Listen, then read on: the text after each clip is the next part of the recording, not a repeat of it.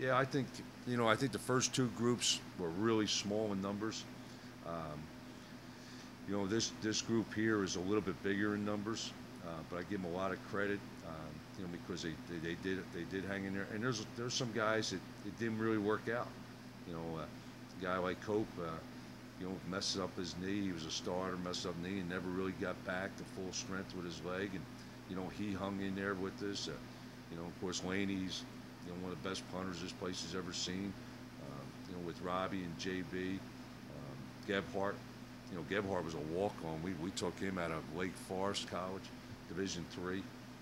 Now that guy, he's like one of our leading tacklers, and really a good player. He took on I'll tell you one amazing. He took on a tight end that was about 250 pounds, and he took him on, knocked him down, and made the tackle. He's about 185 pounds. And so when you see those type efforts by those guys, I see a little bit of a look on those guys now, those seniors, where it hits reality. You know what, this is it. When Gebby goes, Gebby's walking around yesterday and he says, Coach, he told one of the coaches, I only got 5 more days, and he'll never play football ever again. And when it comes, I remember those days. Sometimes you look forward to it because it's such a long season, it's hard and whatever, and then all of a sudden it hits your reality and you'll never do this again. With seeing those guys, you want them to go out on a good note. And I really do. We appreciate all their efforts that they've done for this program. Because it would have been real easy way back just to bag it, move on, transfer, get out of here, do whatever you need to do.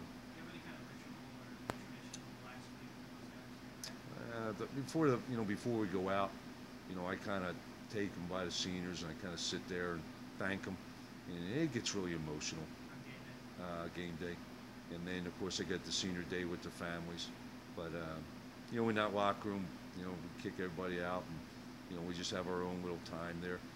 And, like I said, you thank them because people have no idea, how much effort that these guys put into it. Because it's not like, I hate to say it, it's not like other sports, because you go out there, you're banging, you're running around. I mean, and everybody runs in sports. I understand that, but it's a little bit different when you got somebody just smacking you around every day of the week.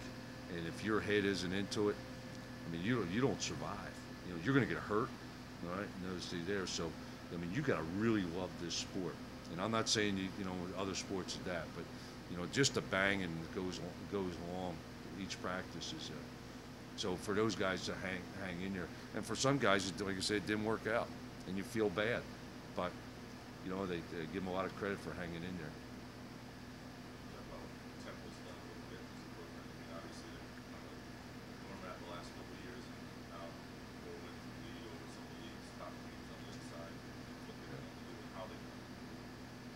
It doesn't shock you. I mean, me, when they first came in, I said the same thing.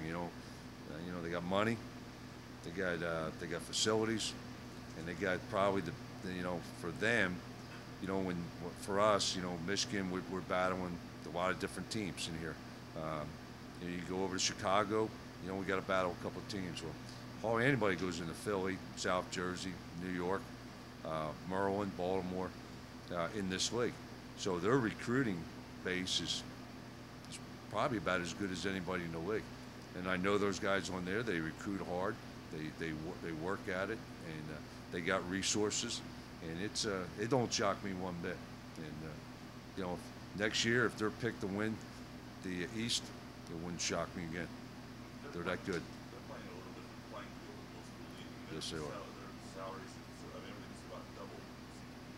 Yeah. How much of an impact does that have on everything that's going to go on for the other companies? They don't have any coaching changes. They're very minimal. The facilities there, you can recruit. I mean, it's they get a brand new football complex. They play in the link, which sometimes that's probably not as good because you got a lot of empty seats. It's hard to fill out a pro stadium, I think, from the MAC. But recruiting-wise, I mean, you're talking Philly, New York, Jersey, Maryland, Baltimore, you go down Washington D.C., you can get within a 2-hour radius.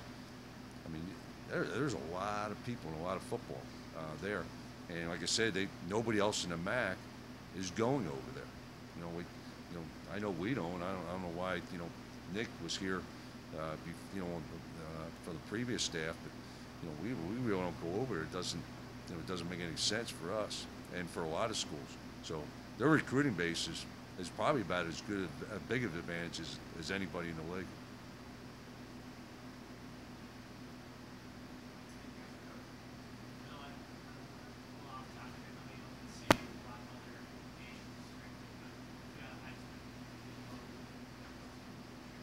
I don't know. Like I always see highlights. I think that Dennis Dixon was pretty good. Boy, that McFadden guy, that guy's different. You watch him run around. I think he was pretty good. And I'll tell you, the guy that I watch, I love watching. I know he's been hurt a little. Is Mike Hart.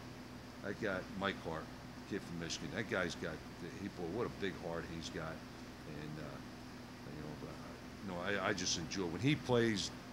They got a great shot of winning because and sometimes he won't have the statistics some of those other guys, but I really think he's special. And of course Tebow, you catch glimpses of him.